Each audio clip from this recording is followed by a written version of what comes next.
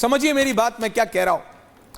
आपको लग रहा है कि देश में आपकी कोई नहीं सुन रहा, ना देश में सत्ता वाले सुन रहे हैं, ना देश में जनता सुन रही है आपकी, तो आप जाके पाकिस्तान से हाथ मिला लेंगे, तो आप जाके वो सवाल पूछने लगेंगे जो देश का दुश्मन, जिसने देश के ऊपर short range, medium range ballistic missile दागी, उससे उसको आप फीड करेंगे न्यूज, उसको आप फॉडर फीड करेंगे, आप उसको एक अलग वॉरफेयर जो चल रहा है, साइकोलॉजिकल वॉरफेयर, उसमें आप मदद करेंगे। मतलब आपकी मोदी के साथ दाल नहीं गल रही तो जाके आप देश के दुश्मनों के साथ आप मिल जाएंगे। ये कौन सा लॉजिकल एक्सप्लेनेशन है? कमिंग अजय जी, सुन रहे, कृपया अपने एकालाप को थोड़ा विराम दे। अगर दे दिया सर, समझाइए। मददगार है तो सचमुच गद्दार है। ऐसे गद्दारों के खिलाफ सख्त से सख्त कार्रवाई होनी चाहिए। पुलवामा से लेकर पहलगाम तक की घटनाओं को पाकिस्तानी आतंकियों ने अंजाम आखिर कैसे दिया, इसकी गहराई से जांच होनी चाहिए।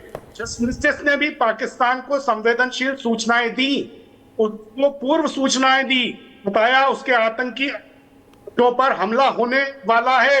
उन सब की जवाबदेही तय होनी चाहिए। इन सब मामलों की गहराई में जाना जरूरी है या नहीं है, ये बताइए। 11 साल से वो क्या गया है कि जिस तरह के बीज बोए हैं नरेंद्र भाई मोदी की सरकार ने इस देश की राजनीतिक, सामाजिक, सांस्कृतिक और धार्मिक धरती में, अजय आलोक जी जवाब दे रहे हैं। उसका नतीजा ये हुआ है कि अंतरराष्ट्रीय जगत में भारत की छवि को बहुत बहुत बड़ा नुकसान पहुंचा है। आज ये सर्वदलीय प्रतिनिधिमंडल भेजने की जरूरत पड़ी क्यों रही है विश्व समुदाय के सामने? भारत में राजनीतिक एकजुटता का जो अतिरिक्त प्रदर्शन करना है वो क्या दिखाता है?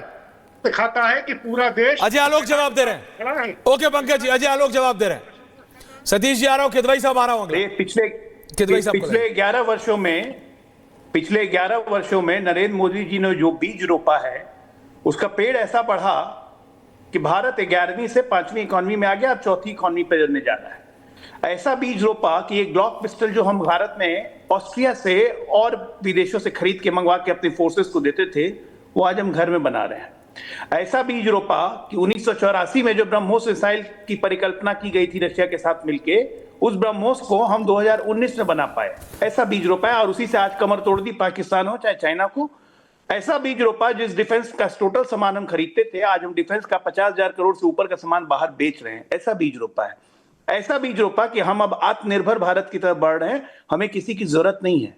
ऐसा बीज रोपा कि जब एक न्यूक्लियर संपन्न देश को घर में घुस के 4 दिन तक पीटा तो इस देश के ऑपोजिशन को ज्यादा दर्द हुआ, उस देश को दर्द नहीं हुआ। 22 अप्रैल से पंकज जी, मैं आपको याद दिलाता हूं क्योंकि जनता की मेमोरी शॉर्ट होती है। 22 अप्रैल से आपके सुर बदले हुए हैं।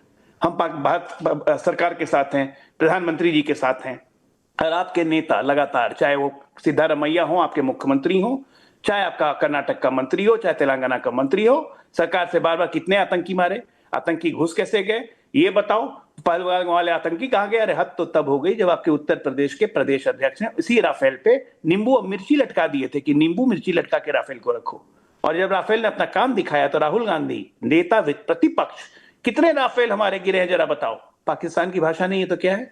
क्योंकि जिस दिन मारे गए 10 तारीख की रात में, उसके बाद पाकिस्तान ने कहा हमने राफेल गिरा दिए। भारतीय सेना के तीनों डीजीएमओ ने कहा कि हमारा सारे पायलट सुरक्षित है, कोई नुकसान नहीं हुआ, हमने उनकी एयर डिफेंस प्रणाली को ध्वस्त कर दिया, हमने उनके 11 एयरबेस तबाह कर दिए।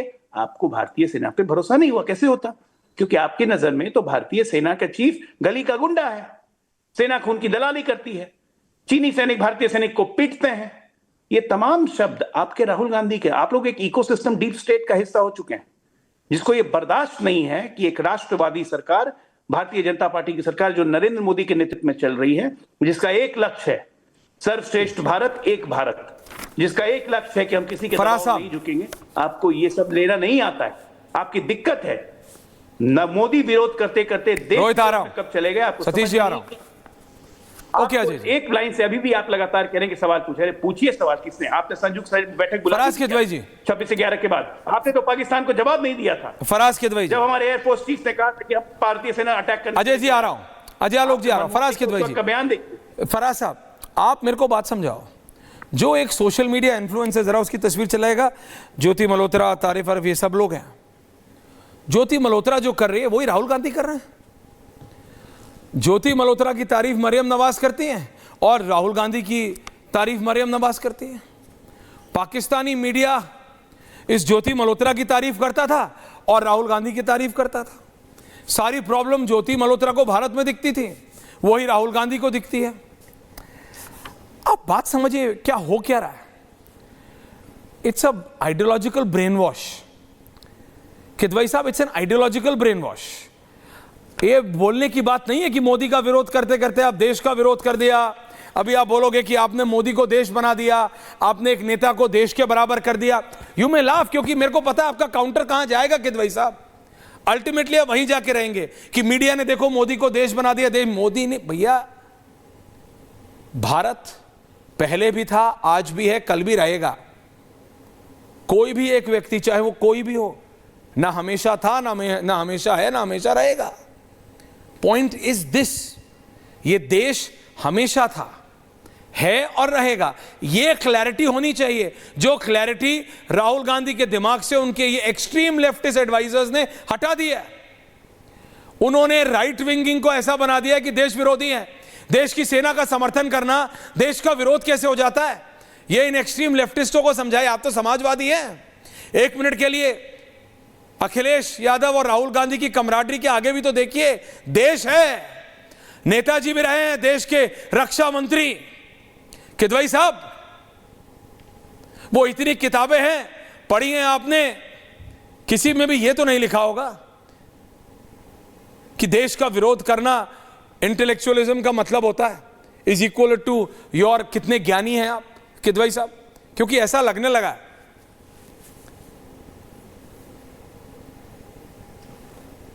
शम्सी मिनाई साहब की एक किताब है, उसमें एक बहुत अच्छा शेर लिखा है ऐश्वर्या जी कि माली का मुखालिफ हूँ मैं, शहदाए चमन हूँ, सरकार का दुश्मन हूँ, वफादार वतन हूँ, माली सरकार का मतलब तो वतन हो नहीं सकता। अभी अजय आलोक जी ने कि मोदी जी ने ये बोया, मोदी जी ने वो बीज बोया। अजय आलोक जी, मोदी जी ने वो बीज बोया कि आज देश के दुनिया के कुल कुपोषित बच्चों में 1/3 भारत में है। ये बीज बोया है मोदी जी। आज मोदी जी ने ये बीज बोया है कि दुनिया के 10 मोस्ट पॉल्यूटेड शहरों में से 6 भारत में है। ये बीज बोया है मोदी जी ने। आज मोदी जी ने वो बीज बोया है कि भारत के 35% बच्चे स्टंटिंग का शिकार हैं। यह बीज बोया है मोदी जी ने। और सबसे ज्यादा दुख की बात यह है ऐश्वर्या जी कि मोदी जी ने वो बीज बोया है कि चाइल्ड स्टंटिंग के नाम में भारत पूरी दुनिया में नंबर 1 पर है, पूरी दुनिया में। अब आ जाते हैं मुद्दे पर। ऐश्वर्या जी, मुझे बहुत तकलीफ है और मुझे सख्त एतराज है कि इतने डिस्कशन में इनके उप मुख्यमंत्री जगदीश देवड़ा का नाम क्यों नहीं आया। क्या बोलता है जगदीश देवड़ा कि पूरा देश, अरे हटा के पार्टी से हटाओ, प्रधानमंत्री 10 सवाल पूछो। में नतमस्तक है। सुनिए, जगदीश देवड़ा हो, चाहे कोई मर्जी हो, चाहे डिप्टी सीएम हो, चाहे सीएम हो, देश के खिलाफ जो बोलेगा, जिस पार्टी का हो, इनका हो, आपका हो, कांग्रेस का हो, सपा का हो, फलाने का हो, ढिमकाने का हो, किसी के साथ है नहीं भारत, किसी के साथ है नहीं देश की जनता। आप देखिए, नहीं किदवई साहब, do not dilute the matter, do not dilute the matter, do not dilute the matter. उस आदमी को बोलो अजय आलोक जी से पार्टी से निकालें। आप पूछो क्यों नहीं निकाला पार्टी से, मेरे को कोई इश्यू नहीं है, निकालो पार्टी से निकाल के बाहर कर दो, कोई इश्यू नहीं है। मेरे को ये बताओ, देश का नेता प्रतिपक्ष पाकिस्तान के साथ क्यों खड़ा?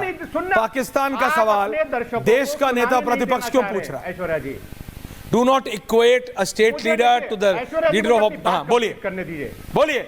नहीं, क्या इस देश के एक प्रदेश का उप मुख्यमंत्री अगर ये बोलेगा कि पूरा देश और देश की सेना नरेंद्र मोदी जी के चरणों में नतमस्तक है, तो उसको क्या अपने पद पर बने रहने का अधिकार है?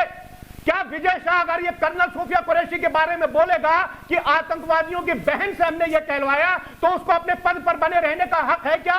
एक प्रोफेसर को तो रामगोपाल वर्मा को समाजवादी पार्टी में रहने का अधिकार है का उप मुख्यमंत्री, क्या वो व्योमिका सिंह अरे सुनिए सर, सुनिए, इस देश प्रदेश का उप मुख्यमंत्री, उसके बाद प्रदेश का उप मुख्यमंत्री है, सेना के लिए ऐसी भाषा बोलेगा।